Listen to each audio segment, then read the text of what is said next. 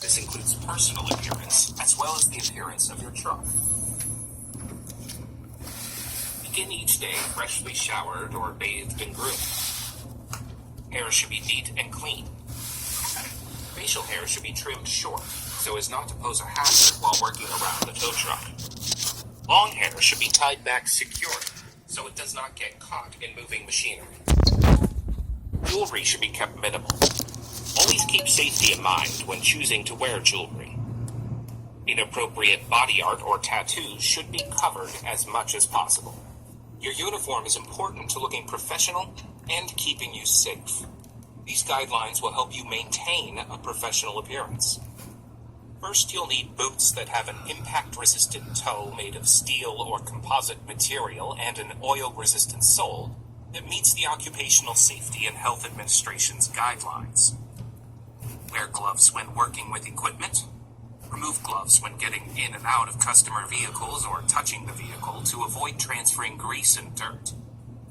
Uniforms should be well-fitting and shirts should be tucked in and buttoned up as to not pose a hazard when working.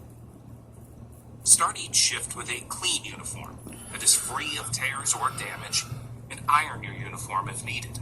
A tow operator's day can be long, but it is important to try to maintain your appearance throughout your shift.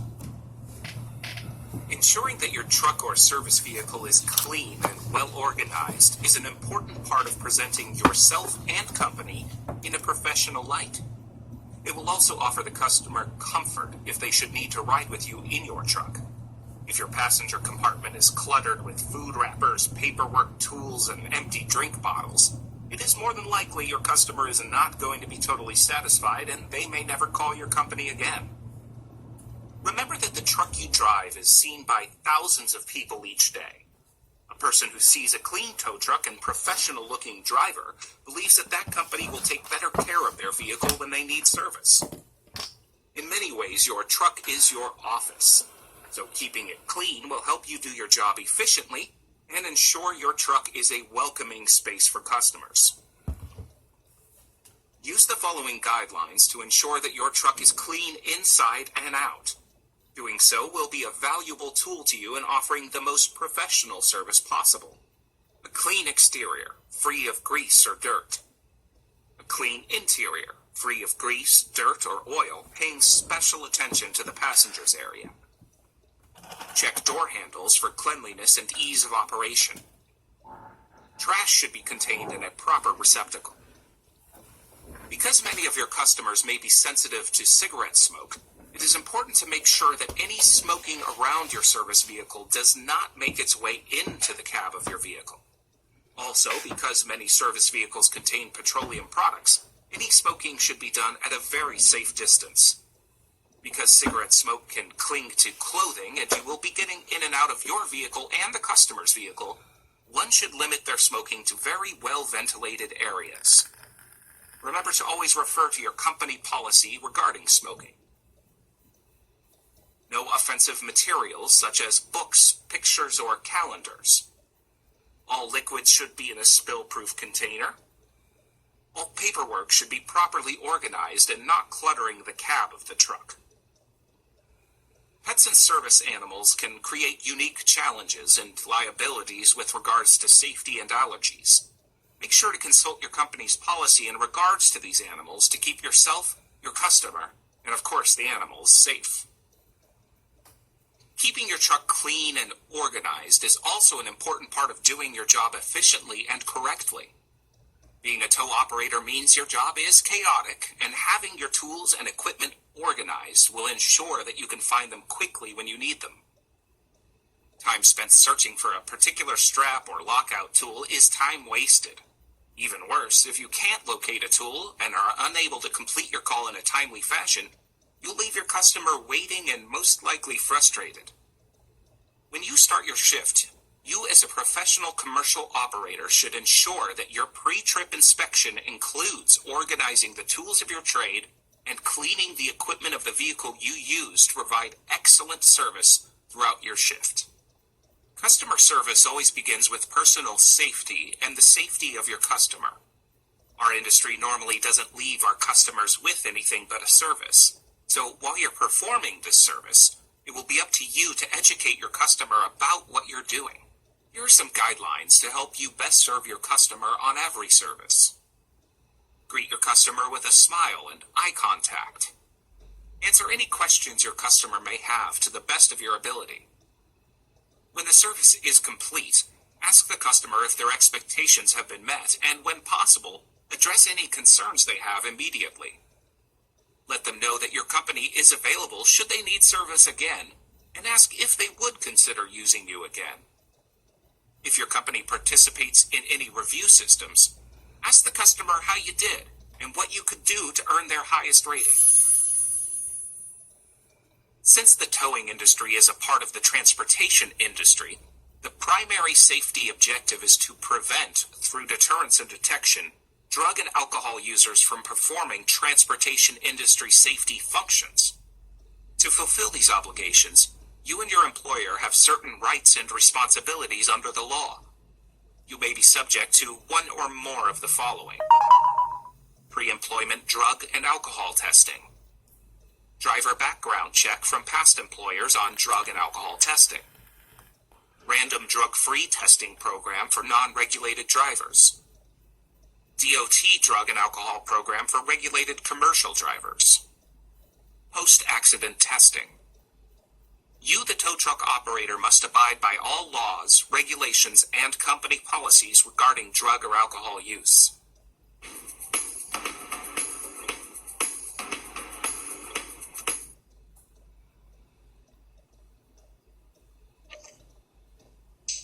All right, guys, we're back. Does anybody have any questions on safety and professionalism? That video was kind of like a recap of what we kind of talked about. Went a little bit deeper into depth. Anybody have any questions or any comments? Don't hesitate to speak your mind. It's kind of what we're here for. If anybody has any questions, or comments, or unmute yourself and let us know. Yes, no. Okay. Page 11, safe driving. Okay. I talk about habits. Okay. And my biggest thing is the equipment. You have to know how to use your equipment. Okay. That could be as simple as a flathead screwdriver. Okay. If you don't know how to use a flathead screwdriver, you're going to strip the screw, right? Yep. So, and we go into habits, and when we talk about safe driving, is... Hey, boss. Is that a question? Yeah, looks like we have a question. Yeah, I'm sorry. I couldn't figure out how to get the mic to work. Okay, I got it working. On the drugs that you're talking about, and you have to take the you gotta have exams done. For CHP purposes or PD purposes, when you're trying to get into those kinds of programs, do they check to make sure that your employer did that? Yes. There is paperwork that has to be submitted that you are enrolled in a program, and to get enrolled in the program, you must test to get enrolled into those programs. Does that answer your question? Yeah, got it. That answered it. I guess last question, maybe you guys might know it, maybe I might have to call up the CHP offices to find out. Okay. But let's just say you have an employee, and the employee has a criminal background, right? Yeah. Is it still possible to get him enrolled onto like a PD or CHP, or it has to be really clean? The driver doesn't do drugs. It is a case-by-case basis. That would be depending on the driver. Okay, so I won't really comment on. We won't go into too much depth on what is acceptable and what is not. That question would have to have to be to the particular PD and CHP office that you are trying to apply. But there are some offenses that are not allowed to be on rotation. Okay, so just keep that in mind.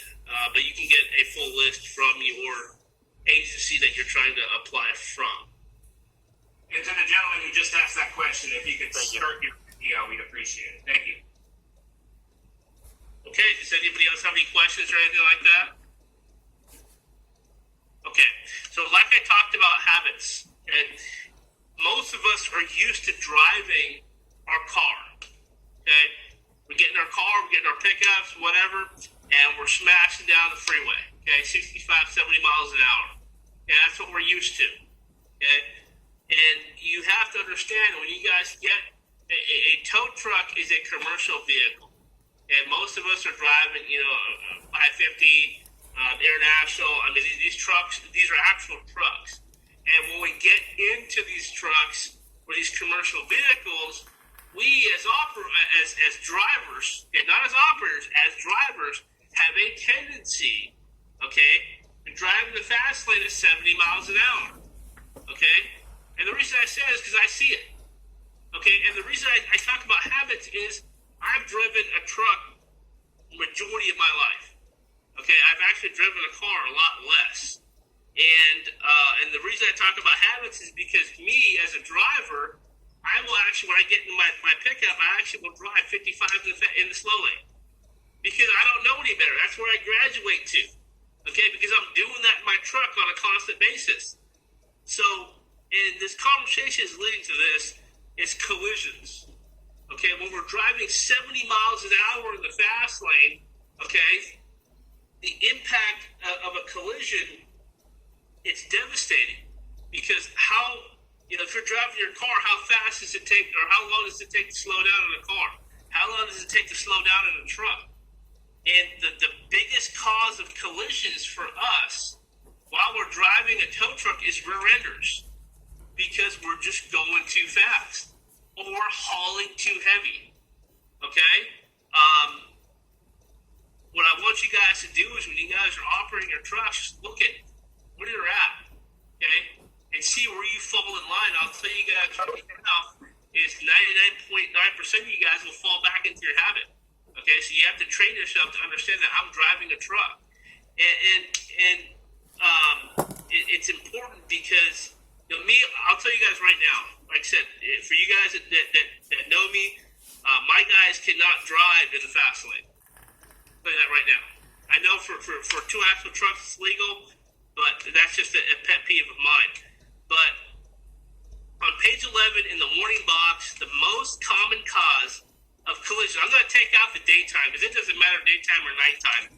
The most common cause of collisions regarding commercial trucks are rear enders. Okay? We'll circle that. Going to page 12, driver's licenses. Okay? This is important. Okay? This is important. You need to understand what type of license you have. Okay? Do you have a Class A? Do you have a Class C? Do you have a Class B? Okay? Understand what class of license you have, and understand what you can do with your class of license, okay? I'll tell you guys right now, a lot of tow operators go outside the scope of their license, okay? It happens on a daily basis, okay? I'll give you an example. You get a PD impound or a CHP impound for that pickup and single axle lawn trailer. Okay, you're driving a wrecker. Now you decide to hook up to that pickup and lawn trailer. It's probably not heavy for your truck. Okay, but what have we done? We've put ourselves in combination, which in that situation requires a commercial license. Okay, and we could bring in a flatbed and mitigate that problem. Or if you respond to a scene and say, officer, hey, I can't really tow this, but I'm going to clear the road for you and get other assets into the situation. For you guys running trucks with air brakes, okay? For you guys running trucks with air brakes, how many of you guys know how to pre-trip the truck? Okay? And I'm not telling you guys to go out and get your commercial license. Okay? I mean, if you want to do bigger and better things, It's not going to hurt you. But for you guys that have Class C licenses and running trucks with air brakes, okay, and not knowing the section, how are you pre-tripping the truck correctly? I guarantee you're not. But when we go into pre-tripping, everyone's filling out a pre-trip form. Okay? So what I suggest you guys to do is, if you guys are running trucks with air brakes, is get that manual and read that section. Understand it. Understand what the procedures are to check that vehicle. Okay? And if you're lazy that you can't even read it, you can go on YouTube and have it read to you. Okay? So there's no excuse for why you can't know this information. I do want to tell you guys, knowledge is power. Okay? And knowing your equipment, especially when you pull into that scale house, I'll tell you right now, will save you guys a lot of headaches. Okay? But understand your class of license and understand your capability with your license that you have. Okay, I'm not going to go into the list of things that you can do with a Class A and Class C, but just pay attention to that. Limitations on driving hours. We are subject to hours of service. The tow industry just had a change in hours of service recently. Your companies should tell you what those limitations are, and you should know what those limitations are for yourself. I'm not going to get into that here because that is your company's job to inform you and deal with those hours of service. But you guys do need to understand that your hours need to be tracked. There's two ways we can do that. We can do that with a time card, or we can do that with the next thing on page 13 is logbooks. Okay? You guys fill out logs depending on your company. Now, do I need to do a log? Okay? Currently, right now, within 100 air miles of your facility, you're not subject to a logbook. Okay, so it's 100 air miles from your terminal. Your terminal is your location that your business is at. Okay? Anything outside that 100 air mile radius, you are subject to a logbook and all the conditions to that. Okay, we're talking about 7 days prior as well. Okay, so you are subject to all that. So understand what the requirements are for running within 100 miles, and understand what the requirement is running outside 100 miles. Okay, and generally most reputable companies already have that set up within their businesses and take care of that. But some of you guys with these smaller companies that don't have that, understand what the requirement is, because a logbook